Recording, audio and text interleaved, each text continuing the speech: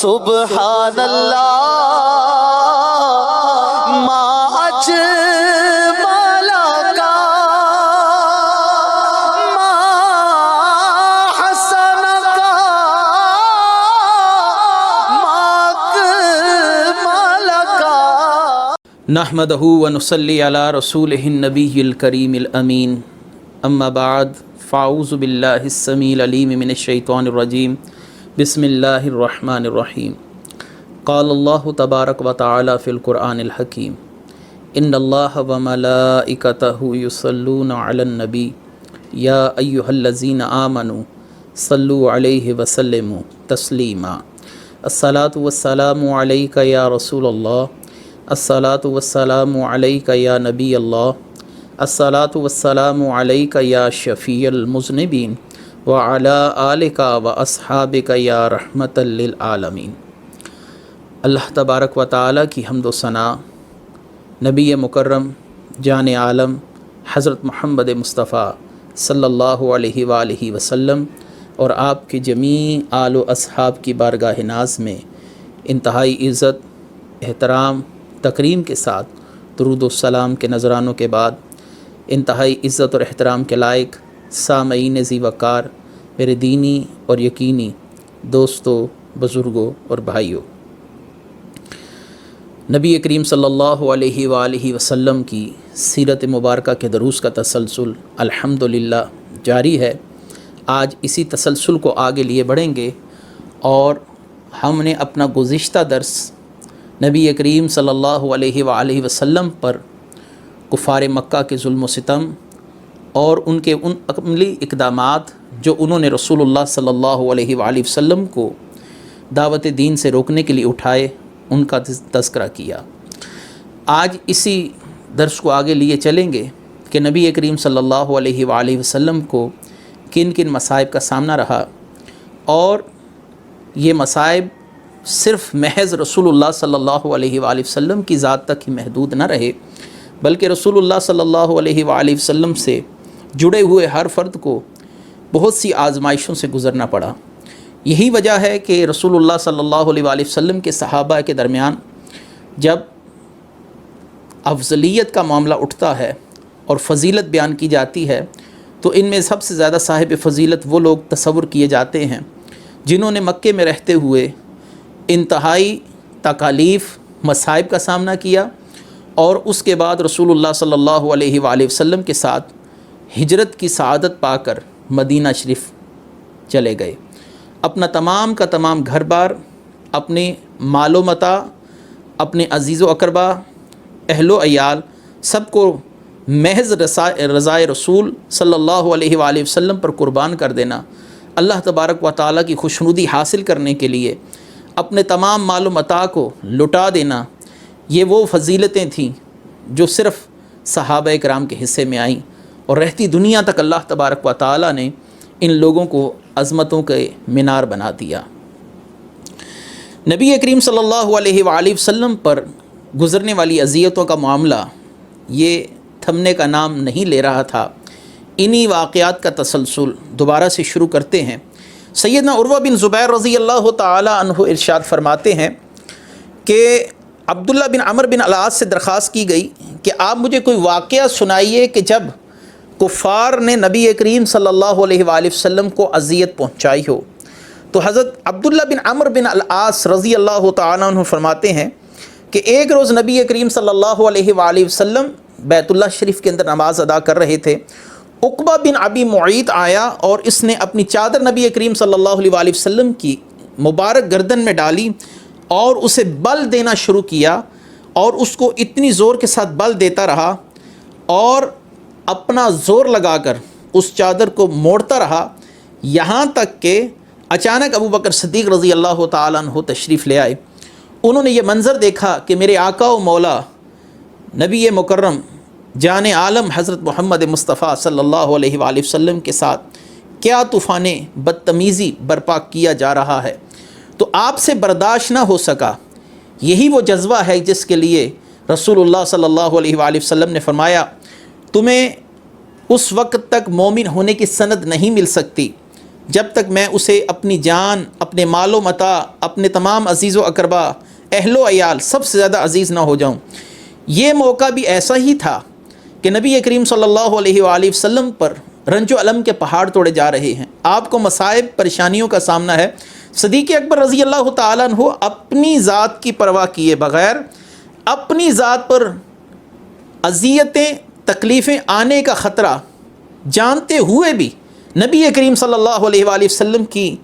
ذات پر فدا ہونے کے لیے ان کفار کے اس گروہ پر ٹوٹ پڑے اور کہنے لگے اتقتلون رجلا ان یقول ربی اللہ قد جاءکم بالبینات من ربکم، ایسی ہستی کو تم قتل کرنا چاہتے ہو جو یہ کہتے ہیں کہ میرا پروردگار اللہ تبارک و تعالی ہے، اور تمہارے سامنے اس پر دلائل بھی پیش کرتے ہیں۔ عبداللہ بن عمر رضی اللہ تعالیٰ عنہ سے اس سلسلے میں ایک اور روایت بھی منقول ہے کہ حضرت عروہ نے ان سے پوچھا کہ قریش کی کوئی اذیت رسانی کا واقعہ جو آپ کو یاد ہو وہ آپ مجھے سنائیے تاکہ مجھے رسول اللہ صلی اللہ علیہ وآلہ وسلم کی ابتدائی زندگی کے واقعات کا علم ہو سکے۔ انہوں نے کہا کہ ایک دفعہ رسول اللہ صلی اللہ علیہ وآلہ وسلم کے متعلق قریش کا گروہ اکٹھے ہوا اور آپس میں گفت و شنید کرنے لگا کہ جتنا صبر ہم نے محمد صلی اللہ علیہ وآلہ وسلم کی دعوت پر اور آپ صلی اللہ علیہ وآلہ وسلم جو ہمارے بتوں کے متعلق الفاظ کہتے ہیں ان الفاظ پر کر رہے ہیں، اتنا صبر ہم نے زندگی بھر کسی معاملے پر نہیں کیا۔ وہ اس قسم کی گفتگو کر رہے تھے اور یہ تمام گفتگو رسول اللہ صلی اللہ علیہ وسلم کی ذات کے متعلق ہی ہو رہی تھی۔ اسی اثناء میں جناب رسالت امام حضرت محمد مصطفیٰ صلی اللہ علیہ وآلہ وسلم تشریف لے آئے۔ نبی کریم صلی اللہ علیہ وآلہ وسلم نے طواف کعبہ شروع کیا۔ آپ صلی اللہ علیہ وآلہ وسلم نے حجر اسود کو پہنچ کر سب سے پہلے بوسہ دیا، پھر طواف کرنے لگے۔ جب قریش کے مجمع کے پاس سے گزرتے تو قریش کی آوازیں بلند ہو جاتی، نبی کریم صلی اللہ علیہ وآلہ وسلم کی ذات مبارکہ پر تنقید کرنے لگتے۔ آپ کی تنقید کا کوئی موقع اور کوئی ایسے لمحات کو اپنے ہاتھ سے نہ جانے دیتے جس میں رسول اللہ صلی اللہ علیہ وسلم کو اذیت نہ دیتے۔ تو رسول اللہ صلی اللہ علیہ وآلہ وسلم کے نازیبہ جملے کہہ رہے تھے اور رسول اللہ صلی اللہ علیہ وسلم ان جملوں کو سن کر آپ طواف کعبہ کرتے جا رہے تھے۔ رسول اللہ صلی اللہ علیہ وسلم کے رخ انور پر ناگواری بھی ظاہر ہوئی۔ جب دوسری مرتبہ طواف کرتے ہوئے رسول اللہ صلی اللہ علیہ وسلم ان کے پاس سے گزرے تو انہوں نے پھر ایسی نازیبہ کلمات نبی کریم صلی اللہ علیہ وآلہ وسلم کے لیے کہے، آپ ایسے ہیں، آپ نے ہمارے آباء و اجداد کو احمق بنا دیا، آپ ہمارے بتوں کی تردید کرتے ہیں، انہیں جھوٹا خدا کہتے ہیں اور ہمارے بتوں کے متعلق یہ یقین رکھتے ہیں کہ یہ خود میں کسی کام کرنے کی صلاحیت نہیں رکھتے، یہ بے جان بت ہے، نہ ان سے کسی کو فائدہ ہے نہ ان سے کسی کو نقصان۔ نبی کریم صلی اللہ علیہ وسلم کے چہرے اقدس پر جلال کے آثار ظاہر تھے، لیکن اس بار آپ ان کے پاس نہ رکے۔ جب طواف کرتے ہوئے تیسری مرتبہ نبی کریم صلی اللہ علیہ وآلہ وسلم ان لوگوں کے پاس پہنچے تو انہوں نے پھر وہی معاملہ دہرایا، آپ کی شان میں نازیبہ جملے کہے، کلمات کہے۔ آپ صلی اللہ علیہ وآلہ وسلم کے چہرے پر جلال غالب تھا، آپ اسی مقام پر ٹھہر گئے۔ آپ نے بڑے باروب انداز سے کہا اتسمعون یا معشر قریش اما والذی نفسی بیدی لقد جئتکم بالذبح، اے گروہ قریش میری بات سن لو، اس ذات کی قسم جس کے قبضہ قدرت میں مجھ محمد کی جان ہے، میں تمہارے پاس قتل و ہلاکت کا پیغام لے کر آیا ہوں، تمہیں تلوار سے زیر کر دیا جائے گا۔ رسول اللہ صلی اللہ علیہ وسلم نے چونکہ اپنی تمام زندگی میں کبھی جھوٹ نہیں بولا تھا، اس لیے رسول اللہ صلی اللہ علیہ وسلم کے یہ جملے نشتر بن کر ان کافروں کے سینوں میں گھپ گئے اور وہ خوف سے لرز اٹھے کہ محمد صلی اللہ علیہ وسلم نے ساری زندگی جھوٹ نہیں بولا۔ اب جب یہ انہوں نے کہہ دیا لقد جئتکم بالذبح، میں تمہیں ذبح کرنے کے لیے آیا ہوں، تو اس کا مطلب ہے یہ بات ہو کے رہے گی۔ بس یہ تصور تھا کہ ان لوگوں کے اوسان خطا ہو گئے، لرز اٹھے اور فوراً اپنے ان نازیبہ کلمات کو روک کر کہنے لگے انصرف ابی القاسم راشدا فما کنت بجہول فانصرف رسول اللہ صلی اللہ علیہ وسلم۔ اے ابو القاسم، اب ان کا انداز بدل گیا۔ وہ جو کچھ دیر پہلے غیظ و غضب میں رسول اللہ صلی اللہ علیہ وسلم کے متعلق نازیبہ کلمات کہہ رہے تھے، آپ کو اذیت پہنچا رہے تھے، رسول اللہ صلی اللہ علیہ وآلہ وسلم کی حالت جلال میں فرمائی گئی اس گفتگو کے بعد ان کے دلوں پر ایسا رعب طاری ہوا کہ نبی کریم صلی اللہ علیہ وآلہ وسلم سے کہنے لگے اے ابو القاسم تشریف لے جائیے.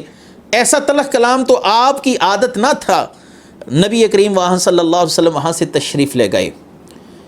نبی کریم صلی اللہ علیہ وآلہ وسلم کی صداقت ایسی واضح صداقت تھی کہ کفار بھی جانتے تھے یہ محض دھمکی نہیں ہے، جو اس زبان سے نکل گیا وہ اب پورا ہو کر رہے گا. دوسرے روز کفار پھر بیت اللہ کے اندر بیٹھے ہوئے تھے اور ایک دوسرے کو آر دلا رہے تھے. کل کیا ہوا کہ رسول اللہ صلی اللہ علیہ وآلہ وسلم نے ہم سے ذرا سختی سے کیا بات کر لی. ہم ایک دوسرے کے چہرے تکنے لگے اور گھبرا اٹھے. ایک دوسرے کو آر دلا رہے تھے کہ تو اتنا بزدل کیوں ہو گیا. ایک دوسرے سے کہتا تھا تو اتنا بزدل کیوں ہو گیا کہ محمد صلی اللہ علیہ وسلم نے جب کہا کہ لقد جئتکم بالذبح، میں تمہیں ذبح کرنے کے لیے آیا ہوں، تو پھر تمہارے اوسان خطا کیوں ہو گئے. ایک دوسرے کے چہرے سے رنگ اڑتا ہوا دیکھ رہے تھے. جان گئے کہ اب کسی میں ہمت نہیں کہ رسول اللہ صلی اللہ علیہ وسلم کی بات کا جواب دے سکے. آج انہوں نے اس موقع پر پھر سے ایک پلان بنایا. آج جو بھی ہو ہم کسی دباؤ میں نہیں آئیں گے اور آج ہم رسول اللہ صلی اللہ علیہ وآلہ وسلم پر عملی طور پر حملہ کر دیں گے.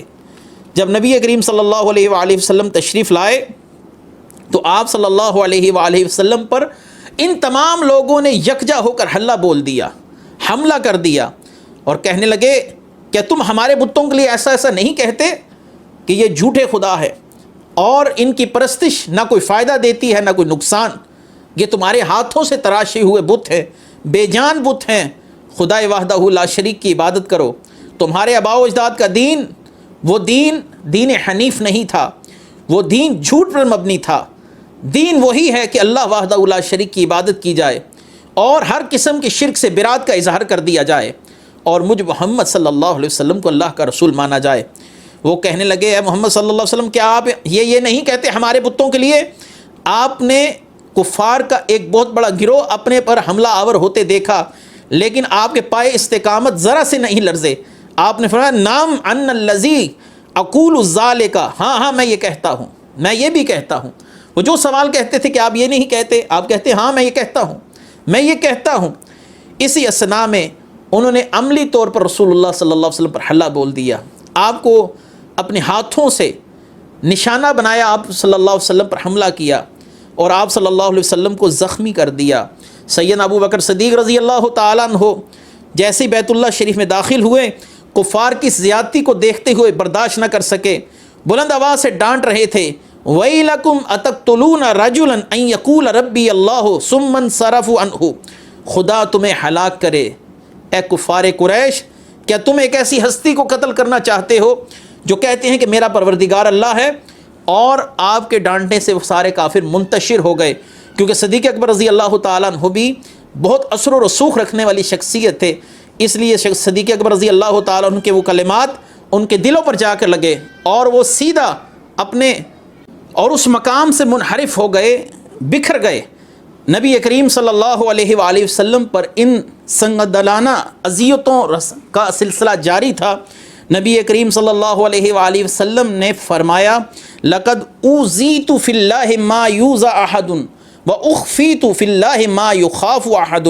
مجھے اللہ کی راہ میں اتنی اذیت دی گئی، اتنی اذیت کسی کو نہیں دی گئی، اور جتنا مجھے خوف زدہ کرنے کی کوشش کی گئی اتنا کسی اور کو خوف زدہ کرنے کی کوشش نہیں کی گئی. اسی حدیث کے اگلے الفاظ ہیں کہ مجھ پر 30 دن اور 30 راتیں ایسی نہ گزری کہ میرے لیے اور بلال کے لیے کھانے کے لیے کوئی ایسی چیز بھی موجود نہ تھی جسے کوئی جاندار کھا سکتا مگر قلیل مقدار میں. یعنی کھانے کی رست بند کر دی گئی. آپ صلی اللہ علیہ وسلم کو خوف زدہ کرنے کی کوششیں جاری ہیں. آپ صلی اللہ علیہ وآلہ وسلم پر عملی طور پر حلہ بولا جا رہا ہے. آپ صلی اللہ علیہ وسلم کے راستوں میں کانٹے بچھائے جا رہے ہیں. آپ صلی اللہ علیہ وسلم نماز پڑھتے ہیں تو آپ کے اوپر اوجری رکھتی جاتی ہے. آپ صلی اللہ علیہ وسلم کی صاحبزادیوں کو نکاح سے عقد سے فارغ کر دیا جاتا ہے. آپ صلی اللہ علیہ وآلہ وسلم کو نازیبا الفاظ سننے پڑتے ہیں. جہاں تشریف لے کر جاتے ہیں ابو لہب وہاں پر آ کر رسول اللہ صلی اللہ علیہ وآلہ وسلم کی تردید میں بلند آواز سے بازاروں میں آواز لگاتا ہے کہ یہ شخص بد مذہب ہے، نعوذ باللہ. نبی کریم صلی اللہ علیہ وآلہ وسلم کی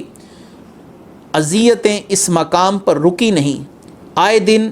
ہر دن کے ساتھ، ہر چڑھتے سورج کے ساتھ رسول اللہ صلی اللہ علیہ وآلہ وسلم کو کسی ایک نئی صورتحال کا سامنا ہے۔ رسول اللہ صلی اللہ علیہ وآلہ وسلم کو اذیت دینے والے تو ایسے کفاران مکہ کی تعداد بہت زیادہ ہے، لیکن ان میں جو 5 خاص لوگ ہیں جن 5 بدبختوں کا نام اور جن 5 بد نصیبوں کا نام سر فہرست سمجھا جاتا ہے، پہلے لیا جاتا ہے، ان میں ولید بن مغیرہ ہے، عاص بن وائل ہے، حرس بن قیس ہے، اسود بن عبد یغوث ہے اور اسود بن مطلب ہے۔ اللہ تعالیٰ نے انہی کے لیے سورہ الحجر کی ان آیات کا نزول فرمایا، اِنَّ كَفَيْنَاكَ الْمُسْتَهْزِئِينَ الَّذِينَ يَجْعَلُونَ مَعَ اللَّهِ إِلَٰهًا آخَرَ فَسَوْفَ يَعْلَمُونَ، ہم کافی ہیں، ہم کفایت کرنے والے ہیں محبوب صلی اللہ علیہ وسلم آپ کی ان مذاق اڑانے والوں کے شر سے، جو بناتے ہیں اللہ کے ساتھ اور خدا، سو یہ ابھی جان لیں گے۔ نبی کریم صلی اللہ علیہ وآلہ وسلم بتحیہ و ثنا اس تکلیف دہ مرحلے کے اندر بھی آپ صلی اللہ علیہ وسلم کی کردار کے جو امتیازی اوصاف ہیں وہ نظر آتے ہیں، اور کفار رسول اللہ صلی اللہ علیہ وآلہ وسلم کے ان امتیازی اوصاف کے معترف نظر آتے ہیں۔ اگر کمال ہو تو ایسا ہو کہ مخالف بھی رسول اللہ صلی اللہ علیہ وآلہ وسلم کی ذات اور آپ صلی اللہ علیہ وسلم کی صفات کی گواہی دیں۔ اللہ تعالیٰ نے بہرکیف آپ کی بڑی خصوصی طور پر حفاظت فرمائی، جیسا کہ ہم نے کل کے جو درس کے اندر بیان کیا کہ نبی کریم صلی اللہ علیہ وآلہ وسلم کے سر مبارک پر پتھر مارنے کے لیے جمیل متعدد بار رسول اللہ صلی اللہ علیہ وسلم تک پہنچنے کی کوشش کرتی رہی، لیکن رسول اللہ صلی اللہ علیہ وسلم کو نہ پا سکی۔ آپ صلی اللہ علیہ وسلم سامنے موجود تھے اور آپ فرماتے ہیں کہ اللہ نے مجھ میں اور اس میں ایک حجاب ڈال رکھا ہے۔ رسول اللہ صلی اللہ علیہ وآلہ وسلم کی ایسی ہی عظیم شان کے متعلق 2 واقعات اور بھی اس مقام پر میں بیان کر پھر صحابہ کرام پر ہونے والی اذیتوں کی طرف لوٹتے ہیں کہ صحابہ نے بھی رسول اللہ صلی اللہ علیہ وآلہ وسلم کا کس حد تک ان مرحلوں میں ساتھ دیا، ان مقامات پر رسول اللہ صلی اللہ علیہ وسلم کے ساتھ صحابہ کرام بھی شانہ بشانہ کھڑے رہے۔ نبی کریم صلی اللہ علیہ وآلہ وسلم ایک دفعہ بیت اللہ شریف کے اندر تشریف فرما ہے، تو ایک شخص اپنا اونٹ فروخت کرنے کے لیے مکے میں آیا۔ ابو جہل کو وہ اونٹ پسند آ گئے، ابو جہل نے اس سے وہ اونٹ خرید لیے، لیکن اب قیمت دینے کے اندر ٹال مٹول کرنے لگا۔ قیمت دینے میں اس شخص کو حیل و حجت سے کام لینے لگا۔ وہ شخص سمجھ گیا کہ ابو جہل نے میرے اونٹ اپنے پاس قبضے میں لے لیے ہیں، اب اس کی قیمت نہیں دے گا۔ وہ شخص پریشان ہو گیا۔ صبح ہوئی تو بیت اللہ کے اندر بیٹھے ہوئے مختلف کفار کے جو ہجوم تھے، جو حلقے بنے ہوئے تھے، ان میں ہر حلقے کے پاس جا کر کہتا کہ میری مدد کرو، ابو جہل نے میرے ساتھ ظلم کیا، میرے اونٹوں کو بھی اپنے پاس رکھ لیا اور اس کی قیمت دینے میں حیل و حجت سے کام لے رہا ہے۔ تمام کفار ابو جہل سے اچھے مراسم رکھتے تھے، اس لیے اس کی بات پر کان نہ دھرے۔ ایک شخص نے کہا میں تمہیں اس شخص کی طرف رہنمائی نہ کروں کہ ابو جہل سے جو تمہیں پیسے لے کر دے، اور اس نے یہ بات تنزن کہی تھی، یعنی نبی کریم صلی اللہ علیہ وسلم کی طرف اس نے اشارہ کیا۔ اس نے کہا وہ شخص ہے جو تمہیں ابو جہل سے پیسے لے کر دے سکتا ہے۔ وہ شخص نبی کریم صلی اللہ علیہ وآلہ وسلم کی بارگاہ میں آیا۔ رسول اللہ صلی اللہ علیہ وآلہ وسلم کی بارگاہ تو وہ ہے کہ کسی کے لیے بھی آپ صلی اللہ علیہ وسلم کی زبان پر نا کا لفظ جاری ہوتا ہی نہیں ہے۔ امام قسطلانی رحمۃ اللہ علیہ نے کیا خوب فرمایا کہ اشہد لا الہ الا اللہ میں اگر لا نہ ہوتا تو رسول اللہ صلی اللہ علیہ وسلم کی زبان سے ساری زندگی لا کا لفظ یعنی نہیں کا لفظ نہ سنا گیا، نہ آپ کسی کو نہ کہتے۔ جو بھی آپ کے پاس آتا آپ اس کو نواز کر بھیجتے۔ وہ رسول اللہ صلی اللہ علیہ وسلم کے پاس آیا، ٹوٹا ہوا دل لے کر آیا، یا رسول اللہ صلی اللہ علیہ وسلم، اے کریم مجھ سے ابو جہل نے ظلم کا معاملہ کیا، میرے مال و متاع کو لوٹ لیا، اب وہ مجھے مال دینے میں حیل و حجت سے کام لے رہا ہے۔ نبی کریم صلی اللہ علیہ وآلہ وسلم فوراً اٹھے۔ یہ وہ بارگاہ ہے جہاں سے مایوسوں کو مایوس نہیں ہونے دیا جاتا، یہ وہ بارگاہ ہے جہاں پر غریبوں کی حاجتیں پوری کی جاتی ہیں، یہ وہ بارگاہ ہے جہاں پر آنے والے کبھی خالی ہاتھ نہیں لوٹائے جاتے۔ رسول اللہ صلی اللہ علیہ وسلم ابو جہل کے ظلم و ستم کو بھی جانتے ہیں، ان کا اثر و رسوخ مکے میں بھی جانتے ہیں، لیکن عدل و انصاف کا تقاضا یہ تھا کہ اس متاثرہ شخص کو رقم لے کر دی جائے۔ رسول اللہ صلی اللہ علیہ وسلم فوراً اٹھے، اس شخص کو اپنے ساتھ لیا اور ابو جہل کے دروازے کے پر جا پہنچے۔ وہ قریش کے حلقے جو بیت اللہ کے اندر رسول اللہ صلی اللہ علیہ وسلم کی گفتگو کو سن رہے تھے، انہوں نے ایک شخص کو رسول اللہ صلی اللہ علیہ وسلم کے تعاقب میں بھیج دیا کہ جا کر دیکھو کہ نبی کریم صلی اللہ علیہ وآلہ وسلم کے ساتھ ابو جہل کیا معاملہ کرتا ہے۔ وہ شخص چھپ چھپ کر آپ صلی اللہ علیہ وسلم کا تعاقب کر رہا تھا، میں دیکھوں کہ رسول اللہ صلی اللہ علیہ وسلم اس اونٹوں والے کی حاجت روائی کیسے کرتے ہیں، ابو جہل آگے سے آپ کو کیا جواب دیتا ہے، آیا کہ پیسے دیتا ہے کہ نہیں دیتا۔ نبی کریم صلی اللہ علیہ وآلہ وسلم نے دروازے پر دستک دی، آپ صلی اللہ علیہ وآلہ وسلم سے پوچھا گیا کہ آپ کون؟ جب آپ نے اپنا تعارف کرایا تو ابو جہل کے پسینے چھوٹ گئے۔ آپ کی باروب آواز سن کر ابو جہل گھبرا گیا، جب باہر نکلا اور کہنے لگا اے محمد آپ کس حاجت کے تحت میں دروازے پر آئے ہیں؟ آپ نے فرمایا تم نے اس شخص کے ساتھ زیادتی کی ہے، اس کا مال اس کو لوٹا دو، نہیں تو میں یہاں سے نہیں جاؤں گا۔ یہ کہنا تھا کہ ابو جہل دب گیا، سہم گیا، اندر بھاگا ہوا گیا، فوراً مطلوبہ رقم لے کر واپس آیا اور نبی کریم صلی اللہ علیہ وآلہ وسلم کی وسادت سے اس شخص کو رقم ادا کر دی گئی۔ جب یہ ساری صورتحال اس شخص نے دیکھی جس کو کفار نے تعاقب کے لیے رسول اللہ صلی اللہ علیہ وآلہ وسلم کی پیچھے روانہ کیا تھا، آپ کی جاسوسی میں روانہ کیا تھا، تو نبی کریم صلی اللہ علیہ وآلہ وسلم کی یہ صورتحال دیکھ کر جب وہ واپس آیا تو اس کا چہرہ لٹک گیا اور آنے والے سے پوچھا گیا کہ بتا کیا ماجرا دیکھا؟ اس نے کہا کہ ابو جہل کا رعب اور دبدبا اپنی جگہ پر، لیکن جب محمد مصطفیٰ صلی اللہ علیہ وسلم اس سے مخاطب ہوئے وہ یوں سہم گیا جیسے کوئی بچہ سہم جاتا ہے، اور اس نے کوئی حیل و حجت سے کام نہ لیا۔ ابو جہل جب دوسرے دن بیت اللہ کے اندر آیا تو کفار نے اسے بڑی آر دلائی کہ محمد صلی اللہ علیہ وسلم سے تو ڈر کیوں گیا تھا، اور محمد صلی اللہ علیہ وآلہ وسلم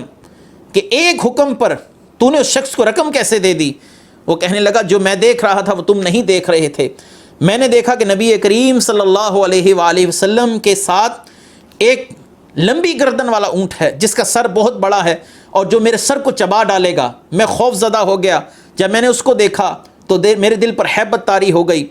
تو گویا کہ رسول اللہ صلی اللہ علیہ وآلہ وسلم کو اللہ تبارک و تعالیٰ کی طرف سے خصوصی حفاظت اور خصوصی مدد عطا کی گئی تھی۔ آپ صلی اللہ علیہ وسلم ان مراحل سے، ان تکلیفوں سے اللہ کے فضل و کرم سے کامیاب ہو کر گزر رہے تھے۔ یہ معاملات یہاں پر رکے نہیں، ان کا اثر رسول اللہ صلی اللہ علیہ وسلم کے غلاموں تک بھی جا پہنچا۔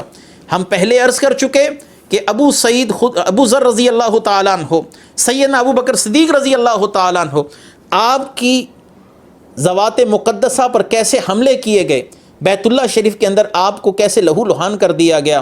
رسول اللہ صلی اللہ علیہ وسلم کی اس جماعت کا تذکرہ شروع کرنے جا رہے ہیں کہ ان ایام میں رسول اللہ کے صحابہ کس طرح رسول اللہ صلی اللہ علیہ وسلم پر جان نچھاور کرنے کے لیے، پروانہ وار رسول اللہ صلی اللہ علیہ وسلم پر قربان ہونے کے لیے آپ کی بارگاہ کی طرف لپکتے تھے۔ اللہ تعالیٰ نے اس عظیم جماعت کو اپنے محبوب کے لیے منتخب فرمایا۔ رسول اللہ صلی اللہ علیہ وآلہ وسلم کے لیے یہ لوگ ایک بہت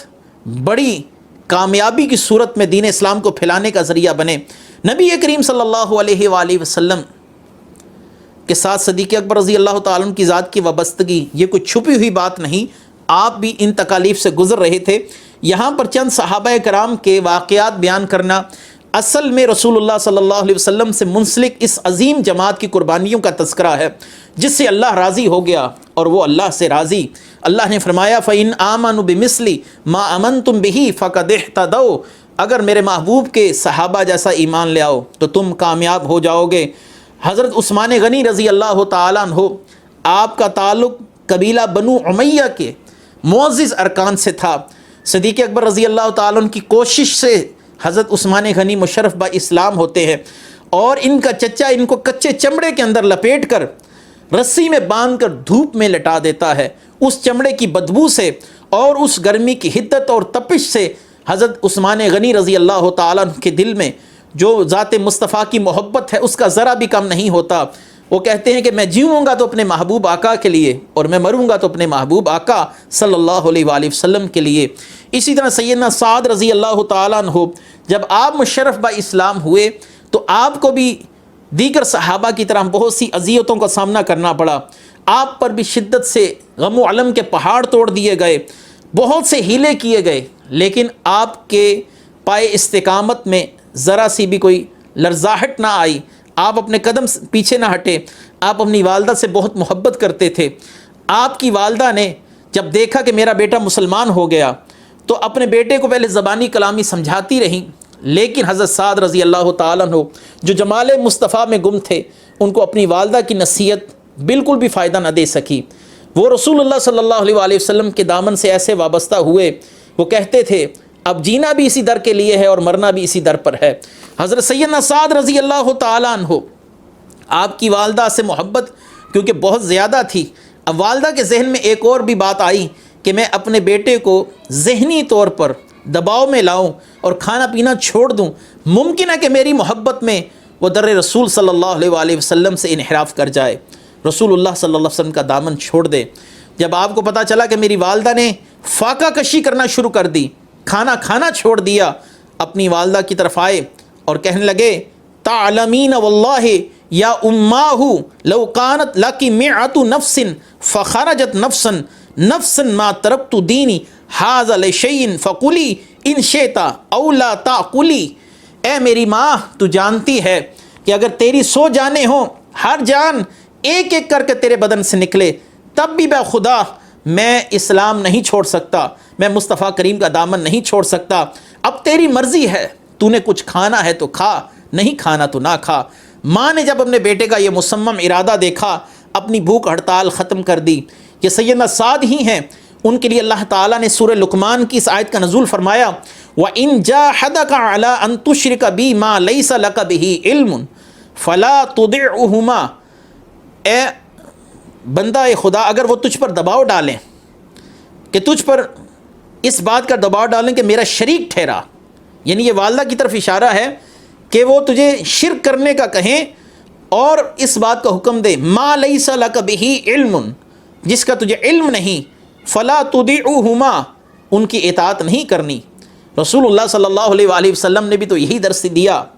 کہ لا طاعۃ لأحد فی معصیۃ اللہ، اللہ کی نافرمانی میں کسی کی اطاعت جائز نہیں۔ جب ان با اثر اور صاحبان ثروت و اعجاز کا یہ عالم ہے کہ کفار انہیں تکلیفیں دینے سے ایک لمحے کے لیے بھی نہیں چونک رہے اور ان لوگوں پر لگاتار حملے جاری ہیں، حالانکہ یہ با اثر افراد ہیں، اپنے قبائل کے اندر ان کی شخصیات غیر معمولی حیثیت کی حامل ہیں، تو یہاں پر تصور کیجئے کہ وہ لوگ جو غلامی کی زندگی بسر کر رہے تھے، جنہوں نے اسلام قبول کیا، کفار نے ان کے ساتھ ظلم و ستم کا کتنا معاملہ کیا ہوگا۔ یہ لوگ تو کفار کے براہ راست زیر تصرف بھی نہ تھے، اس کے باوجود کفار کی شرارتوں سے محفوظ نہ تھے۔ وہ لوگ جو کفار کے غلام تھے، ان کے زیر تصرف تھے، رسول اللہ صلی اللہ علیہ وآلہ وسلم کے بغض میں ان لوگوں کو کتنی اذیتوں کا سامنا کرنا پڑتا ہوگا۔ ان میں پہلا نام، بہت عظیم نام، بہت عظیم شخصیت، ہمارے آقا مولا سیدنا بلال رضی اللہ تعالیٰ عنہ کا ذکر خیر ہے۔ آپ امیہ بن خلف کے غلام تھے اور اس ازلی بدبخت نے حضرت بلال رضی اللہ تعالیٰ عنہ کو اسلام سے پھیرنے کے لیے حد المقدور کوشش کی، یہاں تک کہ آپ کو ان کنکریوں پر لٹا دیا جاتا کہ صحابہ کہتے ہیں کہ جن کنکریوں پر اگر گوشت کو رکھ دیا جائے تو گوشت بھون دیا جائے، گوشت بھن جائے اس گرمی کی وجہ سے، آپ کو ان کنکریوں پر، ان عرب کے ریگزاروں پر لٹا دیا جاتا اور ایک بہت بڑا بھارا پتھر اٹھا کر سیدنا بلال رضی اللہ تعالیٰ عنہ کے سینہ اقدس پر رکھ دیا جاتا۔ حضرت حسان فرماتے ہیں کہ میں نے خود دیکھا ہے، آپ اس وقت جب اسلام کی ابتدائی دور کی قربانیوں کا تذکرہ جس میں ہم کر رہے ہیں، حضرت حسان فرماتے ہیں کہ میں اس وقت مسلمان نہیں ہوا تھا، لیکن جب میں مکے میں گیا اور حج کرنے کے لیے پہنچا تو میں نے دیکھا کہ حضرت بلال رضی اللہ تعالیٰ عنہ کو لٹایا گیا ہے اور آپ تپتے ہوئے ریگزار پر لیٹے ہوئے ہیں اور آپ کے سینہ اقدس پر بہت بڑا پتھر رکھا گیا ہوا ہے اور آپ سے کہا جا رہا ہے کہ اپنے دین کو چھوڑ دیجئے۔ حضرت بلال کہتے ہیں احد انا اکفر باللات والعزی وہبل ونائلۃ، وہ یکتا ہے، میں لات، عزا، ہبل اور نائلہ کی خدائی کا انکار کرتا ہوں۔ امیہ کا دوسرا انداز تعذیب یہ تھا، اس کا عذاب دینے کا سلسلہ، آپ کو تکلیف دینے کا سلسلہ، آپ کو بھوکا پیاسا رکھتا، تپتی ہوئی دھوپ کے اندر ریتلی زمین پر آپ کو لٹا دیتا اور آپ پر بھاری گم پتھر رکھ دیتا اور کہتا کہ محمد کا دین چھوڑ دو، آپ نیم بے ہوشی کے عالم میں کہہ رہے ہوتے احد احد انا لا اشرک باللہ شیئا انا کافر باللات والعزی، وہ یکتا ہے، وہ یکتا ہے، میرا پروردگار یکتا ہے، وحدہ لا شریک ہے، میں اللہ کے ساتھ کسی کو شریک نہیں ٹھہراتا، میں لات و عزیٰ کا انکار کرتا ہوں۔ حضرت عمرو بن العاص کہتے ہیں ایک دفعہ میں حضرت بلال رضی اللہ تعالیٰ عنہ کے پاس سے گزرا، امیہ بن خلف وہ بدبخت آپ کو اذیت دے رہا تھا اور آپ اس ریت پر لیٹے ہوئے تھے کہ یقینی طور پر جس ریت کے اوپر اگر کسی جانور کا کچا گوشت رکھ دیا جائے اس ریت کی حدت سے، اس کی گرمی سے گوشت بھی پک جائے۔ حضرت بلال رضی اللہ تعالیٰ عنہ کو میں نے سنا آپ استقامت کے اس مقام پر فائز تھے، آپ اس ریت پر لیٹ کر کہہ رہے ہیں انا کافر باللات والعزی، میں انکار کرتا ہوں لات کا، عزیٰ کا، میں ان کو نہیں مانتا۔ امیہ یہ سن کر اور اذیت ناک اور تکلیف دہ مراحل آپ پر ڈال دیتا اور آپ کے گلے کو زور سے دباتا یہاں تک کہ آپ بے ہوش ہو جاتے۔ حضرت بلال جب شدت عذاب میں احد احد کہتے تو کافر ان کی تلقین سنتے ساتھ ہی ان پر اذیتوں کے پہاڑ مزید توڑ دیتے۔ ایک روایت میں یوں بھی ہے کہ حضرت بلال رضی اللہ تعالیٰ عنہ پہلے عبداللہ بن جدعان کے غلام تھے، عبداللہ بن جدعان کے غلام تھے۔ ایک دفعہ آپ بیت اللہ شریف میں تشریف لائے اور آپ طواف کعبہ کر رہے تھے، آپ جب بتوں کے پاس سے گزرے تو آپ نفرت سے ان بتوں کے چہروں پر تھوکتے اور کہتے خواب و خاسر من عبد کننا،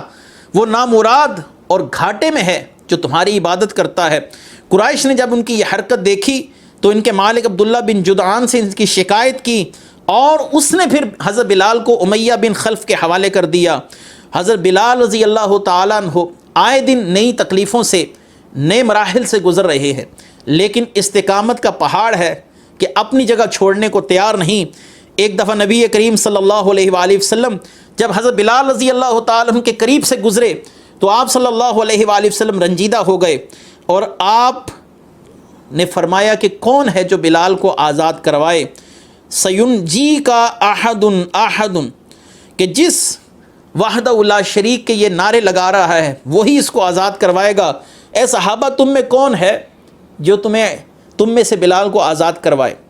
صاحب سیرت حلبیہ نے یہاں پر بڑی خوبصورت بات کہی۔ امام حلبی رحمۃ اللہ علیہ فرماتے ہیں کہ حضرت بلال اتنی اذیتوں میں، اتنی تکلیفوں میں بھی اپنے قدم پیچھے کیوں نہیں ہٹا رہے تھے، وہ جس مقام پر تھے اسی پر کھڑے رہے۔ فرمانے لگے اصل میں بات یہ تھی کہ بلال رضی اللہ تعالیٰ عنہ عذاب کی تلخی میں عشق رسول کی مٹھاس حاصل کر رہے تھے، یعنی اتنی تلخی کے اندر بھی ان کو عشق رسول کی مٹھاس ایک قدم پیچھے ہٹنے نہیں دے رہی تھی۔ علامہ حلبی کہتے ہیں یہ حضرت بلال کی عادت ہے، حضرت بلال کا ذوق تھا کہ جب موت کا وقت آیا تو اہلیہ کہنے لگی واہ حزناہ، ہائے میرا رنجو علم، اور حضرت بلال کہنے لگے کہ الحمدللہ وطرباہ، کیا خوشی کی گھڑی ہے، غدن القل احبۃ محمدن وحزبہ، کہ کل میں اپنے آقا کریم صلی اللہ علیہ وسلم سے ملاقات کروں گا، یعنی آپ سے اور آپ کے صحابہ سے ملاقات کروں گا۔ حلبی فرماتے ہیں دیکھیے یہاں موت کی تلخی عشق رسول کی مٹھاس میں گم ہے، یہاں پر امیہ بن خلف کی اذیتیں عشق رسول کے مٹھاس میں گم ہیں۔ ریتوں پر لیٹ کر، ریگزاروں پر لیٹ کر احد احد کہنا، انا کافر باللات والعزی کہنا، امیہ بن خلف کا آپ کا گلا دبانا، اور پھر موت کے وقت حضرت بلال کا کہنا وطرباہ، خوشخبری ہے، کیا خوب گھڑیاں ہیں کہ کل میں اپنے آقا کریم صلی اللہ علیہ وسلم سے ملوں گا۔ یہ رسول اللہ صلی اللہ علیہ وسلم کی محبت کا جام تھا جو انہوں نے پی لیا۔ حضرت بلال رضی اللہ تعالیٰ عنہ کے لیے صاحب سیرت حلبیہ کہتے ہیں فقان بلال یمزج مرارت الموت بحلاوت اللقاء، گویا یہاں پر بلال رضی اللہ تعالیٰ عنہ موت کی کڑواہٹ کو محبوب کی ملاقات کی مٹھاس میں گم کر رہے ہیں۔ گویا بلال رضی اللہ تعالیٰ عنہ اپنی موت کو بھی اللہ تبارک و تعالیٰ کا انعام سمجھ رہے ہیں۔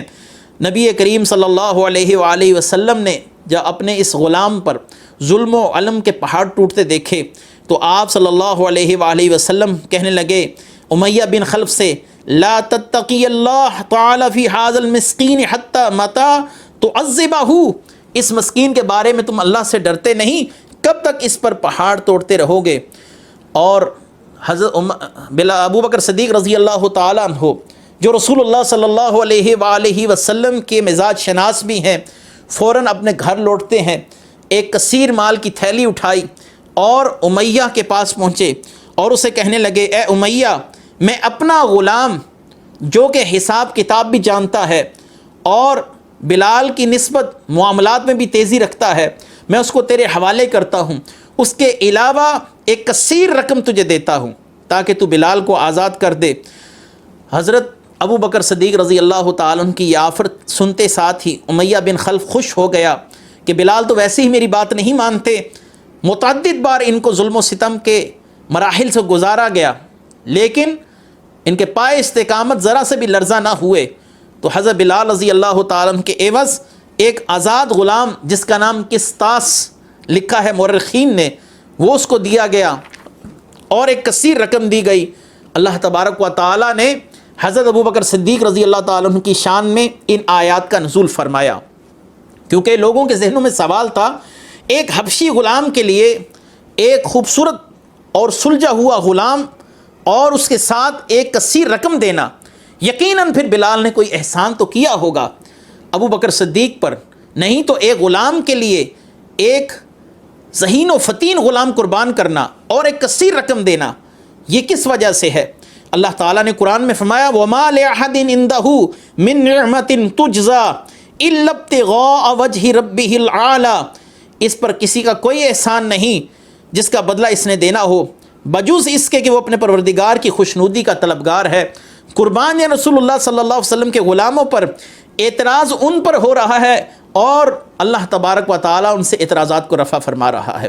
رسول اللہ کے مقام و مرتبے رفعت کا عالم کیا ہوگا کہ رسول اللہ صلی اللہ علیہ وسلم کے نالین اٹھانے والوں کی عظمتیں قرآن بیان کر رہا ہے اور ان پر ہونے والے اعتراضات کے جوابات اللہ تبارک و تعالیٰ کی ذات خود دے رہی ہے کہ ابو بکر صدیق یہ کام کسی احسان کی وجہ سے نہیں کر رہے کہ ان پر کسی کا احسان ہو، بلکہ فرمائے اِلَّا ابْتِغَاءَ وَجْهِ رَبِّهِ الْأَعْلَى کہ یہ کام انہوں نے اللہ کی رضا کے لیے کیا۔ کیا خوبصورت